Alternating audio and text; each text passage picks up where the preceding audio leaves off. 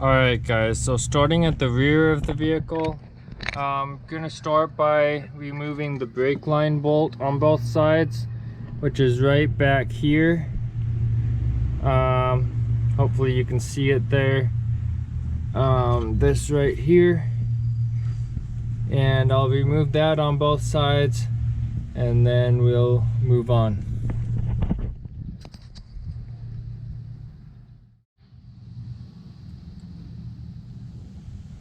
Alright, so next I'm going to remove these strut bolts in the bottom. There's just one. I believe it's 19 millimeter. And then I'll go up top to the trunk and remove those. I've already removed the inner lining carpet stuff. I believe there's just kind of some plastic pins and stuff that hold that in. Shouldn't be too difficult to pull that out, and then you can get to the top sections of those struts. Alright guys, so I'm trying to get the bolt loose on the driver's side of the struts and springs, and I'm not able to get it loose. I was able to get the one on the passenger side loose, not with the impact air gun, but I was able to get it loose with this extended bar here. But what I'm gonna do here is I'm gonna use leverage with the jack, and I'm gonna see if I can break it loose. That's one of my favorite tips and tricks for getting it loose. If I can, just be careful to make sure that it's on correctly.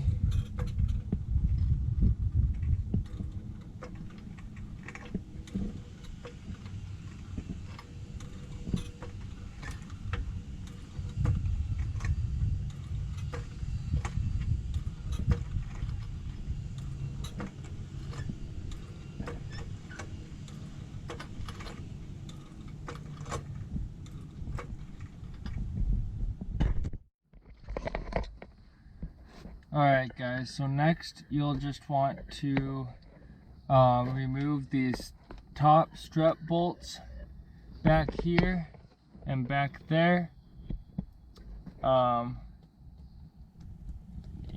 on each side. So this is the back, this is where the spare tire goes underneath this, and this is the back thing here, and then on each side of that is where the bolts are to remove for the struts.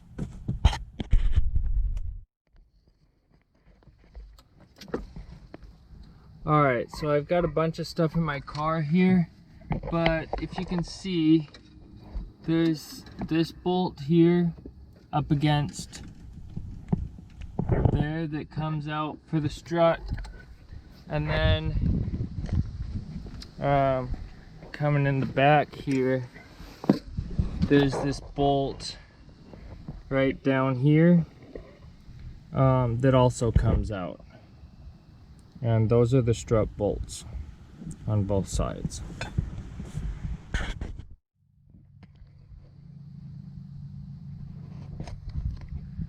Okay, so now that we have the struts removed, we're going to start removing the subframe with the subframe supported at the rear differential with either a tranny jack or a floor jack. So we're going to end up putting a spacer here, here, here on both sides, and then also underneath. I'll show you guys in a bit which spacers we'll put down there. So we'll just start removing bolts to the rear subframe, and I'll get back to it.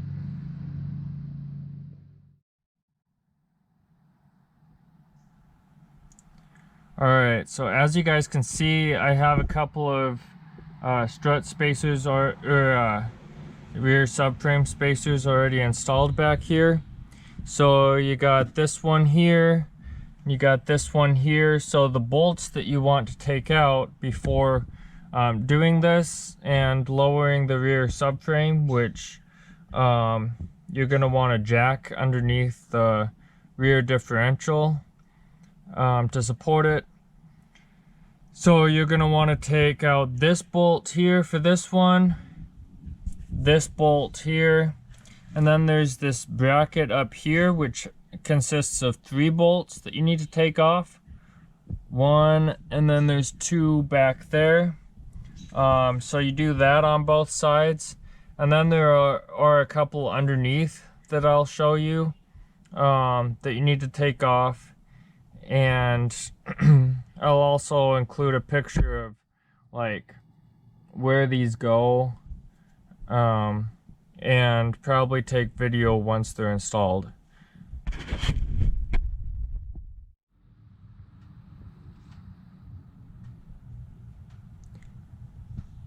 Alright, so now that we have this spacer in on both sides, we have it supported enough to where we can take the jack out, and so that frees us up on space to be able to work on the rest of this.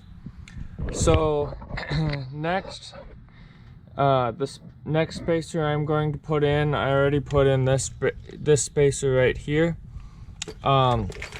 This is the next spacer I'm going to put in, and basically that goes at the front of this bracket.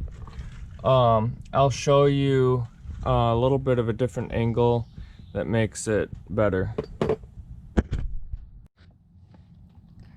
Alright, so I'm underneath the car here. The spacer is going to go between this and that top part you can see. So also for the bolts, you're going to want the slightly shorter of the long bolts to go in there. You'll want 2 of those, a crush washer and a regular washer. So I'll get that spacer in there and show you how it is. Alright, there it is right here. You can see the spacer up there. Before I tighten it up, I'm going to get the spacer in the other side, which is right out here. This is the front. This spacer is what's going to go in here. It just has 1 hole in it. It's the smaller spacer. It doesn't have the ADF logo on it. So that'll go right up in here, and then we'll tighten them all up.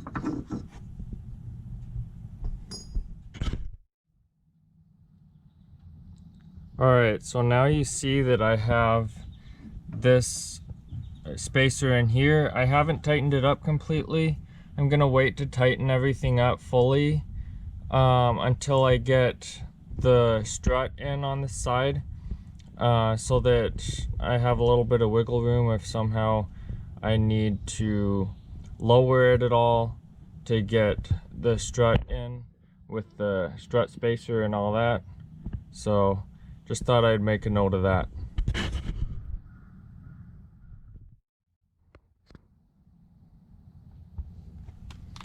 Alright, so make sure before you put the struts back in that these nuts on both sides are tightened down. This is the strut spacer right here. So I'm going to go ahead and install it now. I tightened these up and it's all good to go.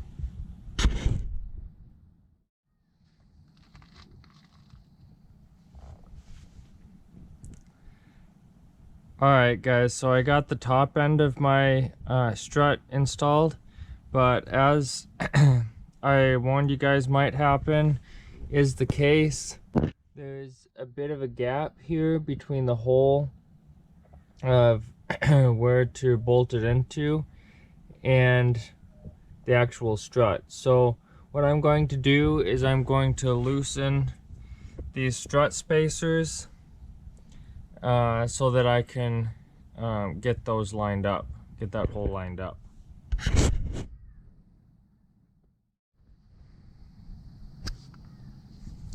Alright guys, so as you guys can see, I lowered some of the bolts for the strut spacers, but then I also raised this strut up with the jack a little bit. It's not completely lined up, but I'll get it lined up and then I'll put the bolt through.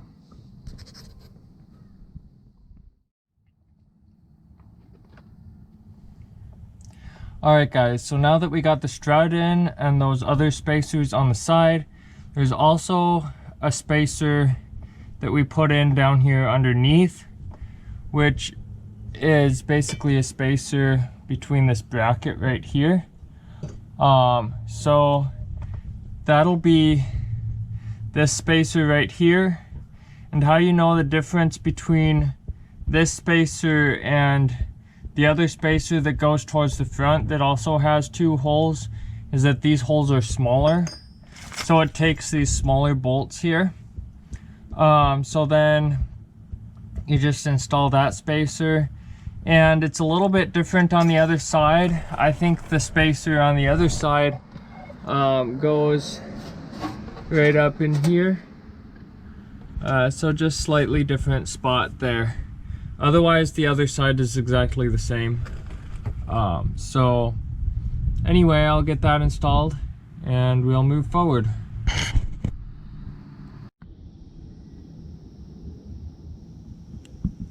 Alright, so I finished up the lift. I've driven it around a little bit. It works very good. I haven't taken it off-road or anything yet, but it definitely did lift it up pretty good. And I'm pretty excited with the result. I still have to replace the tires and put new tires on there. I'll probably put some all-terrain tires on there. So anyway, that's about it. If you like this video, make sure to smash the like button, and I'll see you guys again soon. Thanks. Bye.